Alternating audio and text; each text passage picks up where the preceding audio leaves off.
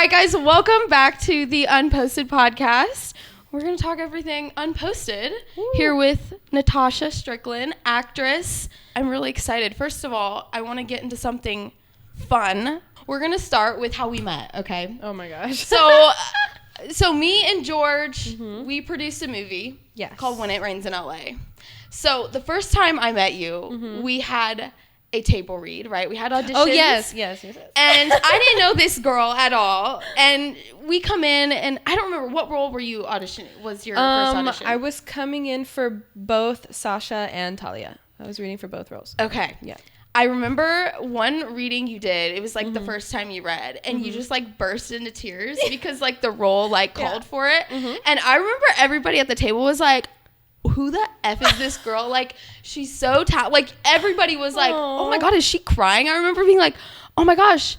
And I want to ask you, how do you cry on the spot like that? Because girl, I used to, when I was little, like trying to like, with my parents, like trying to like get, you know, oh, can I please? Oh, I'm not. Manipulation. Yes, for that purpose. But I could just never, I was like, what the, how do I cry? Yes. What's the secret? Well, partially training. Yes. Of course. But also I've just always been a very emotional person, and it's just really easy for me to tap into that. Right. Like even as a kid, like I would just like cry. Right. Over like anything. Like if when I had trouble, I had a lot of anxiety. So like when I had trouble voicing what I needed, it would turn into just tears. I would just cry. Right. So I've learned through my craft of acting to, you know, tap into that side. Yeah, exactly. To keep it where it needs to be and bring it out when I need it. Interesting. So, I took an acting class and they told me something similar. Just tap into like a sad time or sad moment. Yeah. But that can also be very dangerous. Yes. So I trained Meisner technique. Okay. And so in Meisner technique, they teach you to take, you know, 50% real emotion and also a fake scenario so that you can tap into the emotion, but not fully going to that place where you can open old wounds. Interesting. You know what I mean? Oh my gosh. I just remember everybody, I think, was like, not, because the role called for it. Yeah, the scene called for me to cry. Yes. Yeah, like, so I was like, I'm gonna cry. But it was just like, out of the gate, I was like, oh my goodness. And of course, you left and we're like, okay, obviously, Natasha, we're gonna, of course, cast her. But yeah, that was my first impression of you. And I immediately was like, she's so talented. What in the world? And then, of course, being on set with you, you're super cool. Yes. Thank you. So let's get into a little bit about you. Again, like with Unposted Podcast, like this is really just a space for us to open up to the world and to people and show that like people that are on TV and on social media and these people that so many people look up to, not everything is what it seems online. And like there's so much that people go through beyond what everybody sees. So I think that's what I'm trying to have this podcast be about, very fluid conversation. Because I know a lot of people will follow your journey and you know, see you on the big screen and think, oh my gosh, Natasha's so cool, she's so talented. But I think it's going to be cool for them to also realize that you're a normal person as well. Yeah. So background, when did you get started with your career? All that fun stuff. Well, I got into my first acting class when I was around 11 years old. Okay. My mom was an actress and a model. Right. So she put me and my two brothers in acting class just to see if any of us were interested. Because my mom's always been in the industry. Right. She, you know, was like, my kids must have some sort of, though, you know, interest in it. So she put us all in an acting class. I was the only one that loved it. Okay. So for me, it very quickly became my outlet. I also had a lot of stage fright. Oh, interesting. Yeah, which goes along with the crying. Yeah. So you were shy. I was very shy. I was so shy when I was little. So shy. I didn't talk. I was like mute for like from like age 6 to like I want to say like 11. Like I people would be like, "Hi, can you talk?" And I'd be like literally not talk. So I understand the shy. I was shy, but I was also sassy at the same time. Yeah, I feel like I don't know how to explain it. Like with family and stuff, I was very sassy. But then like with the outside world, I was very shy. So I was in acting class from 11 on, and I was originally living in Corona. I was born in Riverside. Okay. And then my mom, I expressed to her we were coming over to LA every weekend from Corona to go to my acting class. So she was like, all right, we're just gonna back move. And forth. Yeah. And my parents are from Downey, so that's where we ended up. Nice. So I moved there when I was around 13. Okay. So you started at 11, and then it was like, okay, you obviously got into acting, you moved. What was it like? I guess your mom got you into acting. She was in that world already. Yes. So she had a big influence on... Absolutely. Just as a young kid. She encouraged growing it, up. for sure. Yeah. Without pressuring it. My mom was like, this is an option for you to express yourself. Right. If you want it. Yeah. And I took it. Yeah. Because I loved it. Yeah. But yeah, so she was very supportive of that, which I'm eternally grateful. She's still very supportive of me and my career. And I wouldn't be anywhere in this field if it wasn't for her. Oh, so that's very awesome grateful for that you guys can that. share that. And I'm sure like with being shy growing up, acting, I feel like you get to take on a different persona a little bit outside of like yourself. Yeah, and playing characters, and you just kind of get out of whatever it is you deal with on a day-to-day, and you just escape into this imaginary world. Right. And I love it. I love it so much. Yay. It's everything. And I just love to tell stories, and I love to make people feel things. Yeah. As a highly emotional person that feels a lot of feelings. You're like, I need you to feel a little bit of what I'm feeling right now. Yeah, exactly. Yeah. Yeah, obviously that whenever you started crying, I was like, oh my gosh, yeah. Like day you're one, feeling, tears. I felt, I was like, oh wow. Yeah, definitely. And that's all I want to do. I just want people to feel things. Yeah. You know? Definitely. Yeah. So 13 years old. Yeah. From there. Well, was still in acting classes and stuff. And then at 16, I did my very first movie, which was awesome. It was called Painted Horses. Peanut Horses? No. Painted Horses. Peanut Horses. Peanut Horses. I was like, what? Peanut Horses? It was a great experience. First time on set, which was awesome. And it filmed in Tennessee, which was super cool. Okay. Oh my gosh, I have... What is this? The Tennessee Volunteers? Oh, is that what it is? Oh, wow. Yeah. Well, I thought it... The guy at the thrift store, I'm from Texas. Okay. And he said it was a Texas jacket. No. I got it, and I took a photo, and I sent it to my parents. And my mom's like, that's Tennessee. So the guy said there's a T on it. Yeah, exactly. It was close. The colors are kind of the same. Oh, really? Texas is orange? Yeah. I thought it was blue. Longhorns, Dallas Cowboys. Got you. Yeah. I don't know. All the teams. I'm not really that sports. Up to date with Texas, babe. No. That's for sure. Or sports in general. Right. So, okay, you did your first movie. Yeah, I did my first movie. Super awesome. And then after that, I was doing like national commercials and stuff, which was super cool. And then I got into a web series. Oh, wow. From like 17. It was called Reckless Juliets. Okay. It was really fun because I was playing a lesbian drug dealer. Oh my gosh. Love it. What a fun character as a 17-year-old to do. Right. And at the time, I hadn't been very experienced in drugs. Right. Well, yeah. Because I was 17. Right. So like that character was very much out of reach for me at the time. And when I look back on it, I'm like, I could play that so much better. Right. Now that you're older. Yeah, now that I'm older.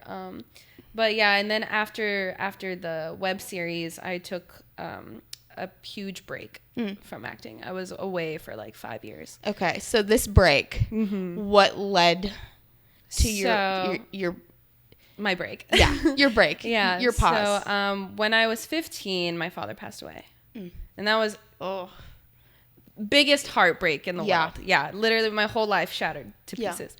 But acting was my, my saving grace, which is why doing the movie and like then doing other stuff, I really was it a distraction for you? Something that you could kind of escape that escaping the pain, not dealing with what was really killing me inside, you know. which is why, again, very grateful for my mom for allowing me to dive into that. Because I was 16. I graduated high school at 16. Right. You know, I took the high school exit exam. Yeah, I was done. Literally 15, dad died, 16, graduated high school, fully decided to pursue my acting career. And my mom fully backed me on that. Oh, my goodness. Yeah. Because, that's really fast to graduate. And especially, I imagine you were going through a lot at the age of 15. So to still be able to continue, but then graduate at 16. Yeah. Once my dad passed away, I immediately went into homeschooling. I couldn't go back to school. Okay. My family in Downey was rather prominent in the in society, I guess. Like people knew my father, people knew my family. So when that happened, it was a pretty large event. Everybody knew about it. Yeah. And the thought of going back to school and seeing people and having everyone look at me with those oh, I'm so sorry. Yeah, and it's hard to even respond to that. Honestly, I couldn't process it at all. You know, because I said at the beginning, my cousin passed away. We grew up together. We were in the same. We were like best friends. You know, she's my same age, and she took her life whenever after I'd moved out here, and it's hard because people come up to you and they say all the I'm so sorry because they feel like they should, and it's really nice but it's hard it's social graces, I guess. But really what I've learned from losing someone so large in my life is that when someone tells me that they're going through a loss, I know that they don't want to hear I'm so sorry because I didn't want to hear that. So I'm just like, that sucks. Yeah.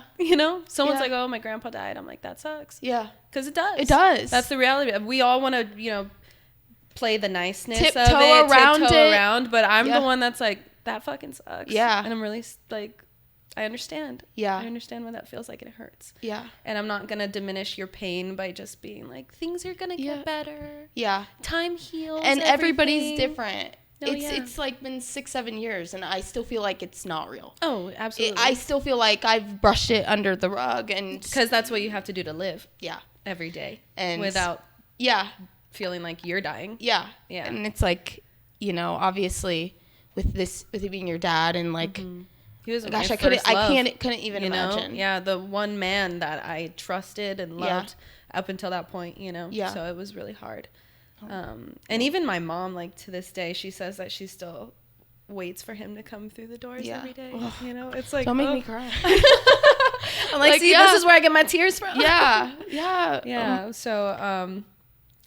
So that happened, and I was working, and then I started drinking a lot. Yeah.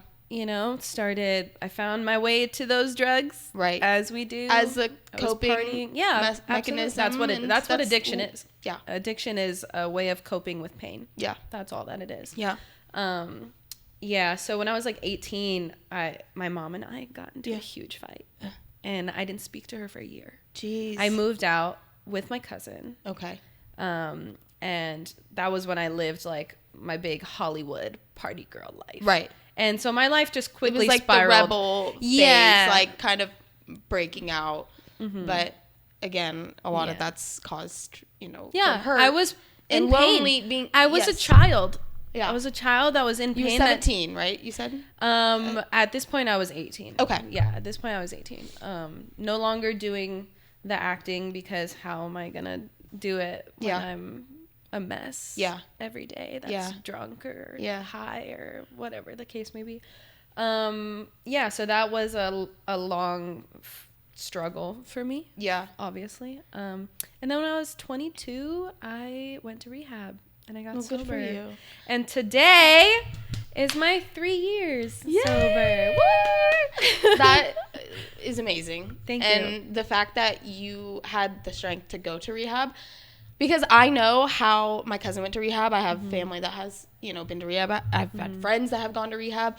And there's this weird, growing up in, a public school, rehab was something that was, not spoken about. And I feel like absolutely not. People don't talk about it. And no. It's something that's, looked down upon. It's looked down upon. She got problems. No. And got issues. No. And I think there's so many people, that could benefit from absolutely. Rehab that are completely normal people that you wouldn't even having a break from life. Yeah. To just do intensive therapy. Right. From the moment you wake up to the moment you go to bed. Right. Yes, it's hard. Right. It's very difficult. Yeah. But it's an absolute privilege. Yeah. And I'm so lucky and I'm so grateful that I was able to do that. Yeah.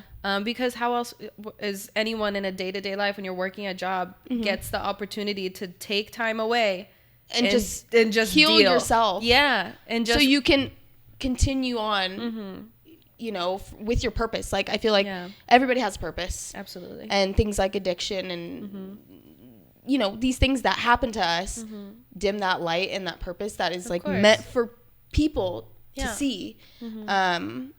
So you going to rehab, yay, I'm so happy. I'm so proud of you. Thank you. 3 years. 3 years. 3 years today. What was the process? Was it a decision where you were like, I need to go to rehab? Or was it, like, intervention situation where somebody's like a parent or you know a loved one saying you know that I should go? It was my decision. Good. Which I think is the only way that it's gonna work. Yeah. If you're being pressured by family to go or by anyone to go, the intention's not it's not the same. Yeah. If you don't want to be sober, if you don't want to be better, if you don't want a better life for yourself, you're not going to get it. You can go through all of the programs in the world, but you're not going to take it in if you don't want to. Right. So it was my decision to go, and I'm very lucky that my mom was open and on board and was full force. Like, you want to do this? We're going to do it. Yeah. And so, like I said, very grateful to have that privilege. With you being so open to going into rehab, I also know, just as somebody who's seen people struggle and like go to rehab, the process of like addiction in the downward spiral, that effect it has on all your loved ones. I'm sure you taking it upon yourself to be like, I want to go and get help, not only helping yourself, but the circle of people around you. Yeah. I mean, you can't love anyone until you love yourself. Yeah. Not to quote RuPaul or anything. Right, but you really can't. It's so real. It's like, so I could not be a good daughter. I could not be a good friend. I could not be a good sister. Yeah. Until I was good in here. In your heart. Within myself. Yeah. So I was ready to do that. Yeah. I had gotten to such a low that I was like, if I don't do this now, I'm going to die. Yeah. Yeah. And I didn't want to. Yeah. Thankfully.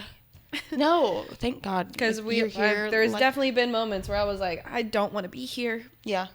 Yeah. Which is how you fall into addiction. It's an escape from life. Here. Yeah. From reality and everything happening. And it's just like you opening. I know so many people struggle with depression. And again, like, I relate to that. I've had my family and people in my family have really struggled with mental health, and I feel like it's so, you don't want to talk about it. Yeah. They feel judged or they feel whatever. It's taboo. It's taboo or, and I'm glad it is becoming more normalized now. Absolutely, yeah. So many more people just with their platforms on social media are able to talk about it. But again, just like you coming on here, thank you for sharing all your story, because I know it's going to touch someone, and someone is going to listen to your story and relate directly to it. Yeah. And that's why I've always been an open book in life. Right. Like, literally, you can meet me randomly one day and ask me about my deepest, darkest secrets. And I'll be like there with my wrists bleeding in front of you and be like, this is me and this is what I've been through. And because I know someone's going to relate to it, or someone's going to need to hear it and see where I'm at now. Yeah. And see that it is possible to get better. To get better, yes. Yeah. And to want to live. Right. How long were you in rehab? I was an inpatient for 25 days. Okay. It's almost a month. Like I said, just the moment I woke up to the moment I went to bed, intensive therapy, group therapy. It was all women's rehab. Casa Serena, good. Santa Barbara. Hey, shout out. They're amazing. Yeah. I wanted to go to an all-women rehab, right? Of course, and my mom wanted me to go to an all-women's rehab. I would too, definitely. Definitely recommend to do that. Don't go to a co-ed rehab. There's no need for distractions, and plus, how is a man gonna ever relate to a woman? No, it's so different. Like, it's so different. So me and George were just talking about therapy, and like we want to both find our own therapists. Yeah. You know, just absolutely, it's good for everybody. It's good for literally everybody. If you think something's wrong or not, you should go to therapy. Yeah. And we were talking about, okay, I want to find a female because you just, and he needs to find a male. It's a different level of understanding. Yes. You know? Exactly.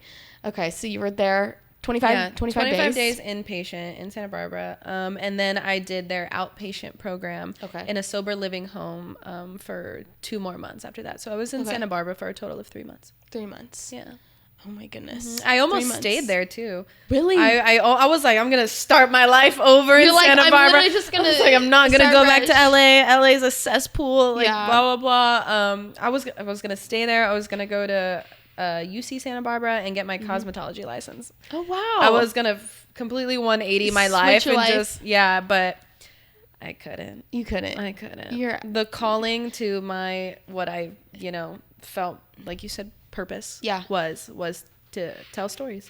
Yeah. And to act and to do that. So I came back home and I was just like, well, I'm going to do this now. So you went to rehab, and then after that it was like, okay, I'm done. You were completely there was no like relapse. No. Wow. No.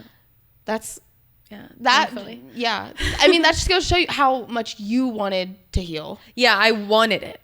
I wanted it so badly. And that's the only way you will stay sober. Yeah. Is you have to want it every day. Yeah. Because every day is different. Yeah. And every day is hard. And when you get sober, you go through this thing called pause. Okay. It's post-acute withdrawal syndrome. And it can last up to a year. Oh, wow. And it's just like... So what was that? Swings, what was that like? Yeah. Yeah, it was really tough. Like, because you have like physical changes to your body too. Right. After you stop using substances that you've been leaning on for however long. Yeah. And so it was just like you have like fogginess in the brain, and like every day is just like a struggle. Yeah. Mentally, physically, emotionally, spiritually is just like a struggle. So getting through that is really difficult after leaving rehab and coming home and being back in my old environment. In your old environment. Yeah. I was gonna say, and that's the environment that I part. was traumatized in. Coming home to that is difficult. But I came back as a completely different person, and I luckily adjusted very well, which doesn't happen for everyone. But I also think it's because my home environment was my brother that I live with. He has never touched drugs or alcohol ever in his life. So that was easy. Yeah. My mom, she didn't want me to relapse. Right. So obviously, I was coming home to a very loving, supportive home. Yeah. That just wanted me to great. Stay on the right track. Yeah. So, and then I got rid of a bunch of people. Yeah. In my life. Well, that's like, you have to. You are who you are. Surround yourself with. Exactly. You are a product of your environment completely. And so you can still love those people from afar. Yes, but absolutely. As far as like, your like, day-to-day life. Hang we can't do that. Sorry. Yes. Like, you're still on the same shit, and I'm not. And I'm sorry. I love all the people that have come into my life and what they have taught me and what I've experienced with them. Yeah. And I'm grateful for every experience I've had, because it's brought me to where I'm at now. Yeah. But I got to draw those lines. I got to have those boundaries. And that was one thing that they really instilled in us in rehab, is to have those boundaries. Yeah. And like, gosh, it's crazy, because you're 25 now. Yeah. The last 10 years have been a roller coaster. Oh, absolutely they have. But your story, it's like taking those parts that, have been wounds and healed, are going to, bless so many people, especially in this career path that you've chosen, is you're able to have that platform to help a lot of other people. Yeah. I definitely have fallen into, because of everything that I've experienced in life, I've noticed that the characters I tend to fall into are usually like the edgier roles, right. And I think those are easier roles for me to play because I have the experience to back it up. Yeah, just like, I feel like, your experiences in life in general just mold you into like the artist or the person that you're meant to be in your career.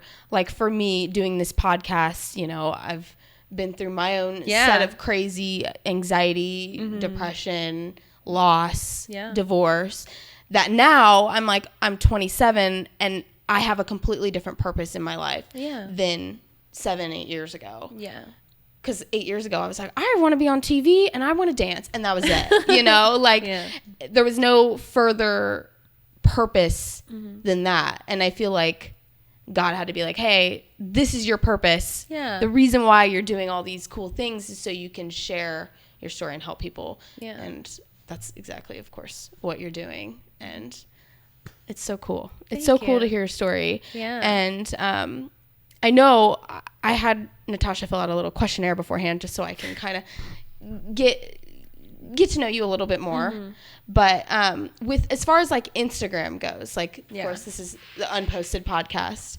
Again, I don't think people realize like we post things because a lot of times it's our job to post. Absolutely. And to have a smile and to post a brand or but I don't think people realize sometimes we're not in the moment there doing like that's an old post that we took or we're going to post this when actually we feel like this. Yeah. So you never really know what someone is actually going through.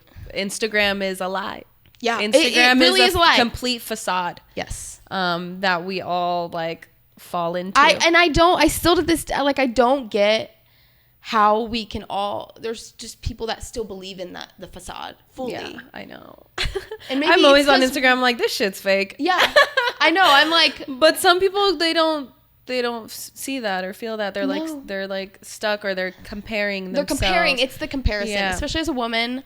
Like I fall into it, body image and everything. Yeah. It's like I'll get comments on like my stories where people be like, "How are you so perfect?" And I'm like, "Girl, I'm dying inside." Yeah. I mean, not so much anymore, but like even on a day-to-day, I could be dying inside. Like, no, for real. I'm like, I'm like, thank you so much. Or I'm like, thank you, but look at sweet. you. No, yeah, exactly. I'm like, why are you comparing yourself to me, girl? Like, it's like you're fantastic. Yeah. Yeah. So it's tough. I was with your Instagram. Is there anything in particular that you can think of off the top of your head that's like, oh, I was on this job or I was doing this, but I was actually feeling this way? Yeah, actually, recently, I want to say, like, it's been like a month now, about a month ago. Yeah. I was on set for a photo shoot for a random brand. And, you know, when you're on set, you just got to show up and do your job no matter how you feel. Right. And the night before that photo shoot, my partner and I at the time had broken up. And so I was going through a breakup. It was very fresh. But I had to go. I had to do this photo shoot. I had to make my money. And I had to do what I do. And I remember they had this giant like teddy bear on set, and I was like, well, I gotta get pictures with this teddy bear. And I saw this post. I remember being like, oh my gosh, so cute. Yeah, exactly. So I posted the photo, and it's just me being cute with a teddy bear. But really, that day I was like, like going through a fresh breakup. It was not fun, but you had to show up. I just had to show up. I had to do my job, and I had to post about it because I'm an actor, and sadly, social media matters in my industry now too. Yeah. You know, so. But even, you know, obviously you know what you were going through, but coworkers who know if they knew what you were going through. Your friends, I saw your post. I follow you on Instagram. I didn't know what you were going through. Yeah. So it just goes to show you people, it's not as it seems. No, like it's really not. It's not at all. But no, the internet is a lie. Well, most of the time. Yeah, I'm sorry to hear about your breakup. It's okay. It was good. Yeah. It was a healthy breakup. Yeah.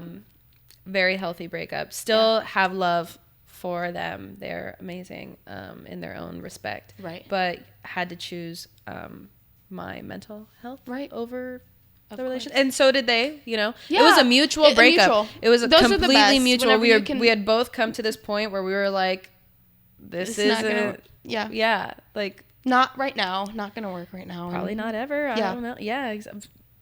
It just is what it is. It is what it is. Yeah, but it was definitely for the better on both ends in that way, you know. Yeah. So social media, gosh, God, it's really evil sometimes. Like it can be. And I just like I remember I was in a marriage, a long relationship, and you know we were online, social media. Smiling and that's how it always is. And then everything's peachy on socials. We're getting a divorce, and people are like, "What?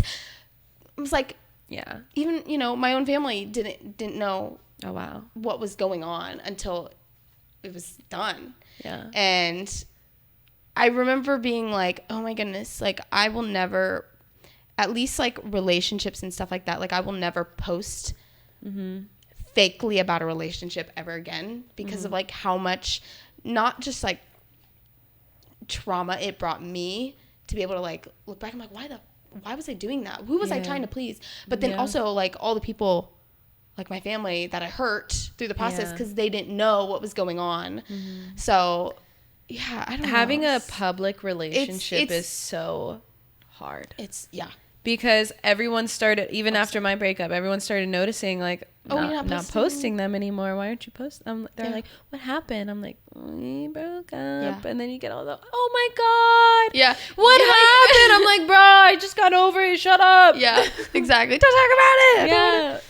Yeah, I don't get how some of these like actors, like big actors, and I know people in the same industry. I know. Or like just social media people too. Yes. You know, big social media relationships. Yeah. Like influencer relationships. I feel so getting ready to do. Yeah, but y'all are fine. Yeah, well, y'all are gonna be fine. We all know this. Yeah. No, me and George, like I feel like we're this like is like so the most real. Pure relationship I've ever seen in my life, and I love it. I feel like we're gonna start our podcast soon, and I feel like if we're like beefing it out, like we'll just do it. No, you just gotta be real about it. Yeah, just we're be real about it. We're in a fight right now, so just so everybody knows. Yeah, and then be like, comment down below who you think is right. Is it me or is it George? Right. And then they're like, Liz. Yeah, I'm like, yeah, that's right. Like, that's right. I'm always right.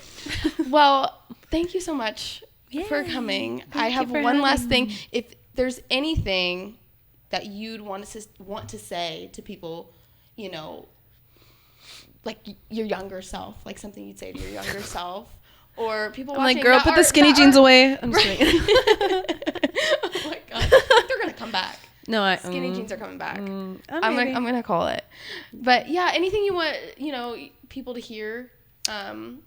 Little quick fire. What is it called? Rapid fire inspiration for our Here's my wisdom that I've obtained. Yes. From whatever crap I've been through. No, definitely. I mean, life's gonna hit you. You're not gonna have any control over it. And the only way out is through. Like, you cannot run away from yourself. You cannot run away from your problems. You have to fully face them on for you to be able to make it out on the other side. I've learned when I'm, you know, shit gets thrown at me that I don't know how to deal with, like even in my breakup, like I immediately decided to just accept what was going on. Yeah. And so I tried to lead my life in a constant state of just acceptance. Yeah. I have no control over this. You know, I just have to accept what's happening and choose what I'm going to do about it. Right. All I have control over is myself. Is yourself. Not what happens to me, but how I react to it. Yep. And that's it. That's it. One day at a time. Oh my gosh. Literally. We and George quote say AA or anything, but one day at a time. Literally, one day at a time. Yeah. And just focus on yourself where, you know, absolutely, your mind, give yourself so much grace and love. Yeah. We all deserve it. Absolutely. We're our biggest. We got to live with ourselves. Yeah. A funny thing that I realized actually while we were talking was that, so today is May 11th, right? Yeah. Which is my sobriety birthday. But May 13th is actually the day that my father passed. Oh. And so I didn't realize at the time when I was going into rehab, the timing of it was, holy shit, I'm in here and I'm dealing with exactly the reason why I'm here. Yeah. At that time. And I just thought that was like such a crazy, oh my goodness, beautiful circle. Yeah.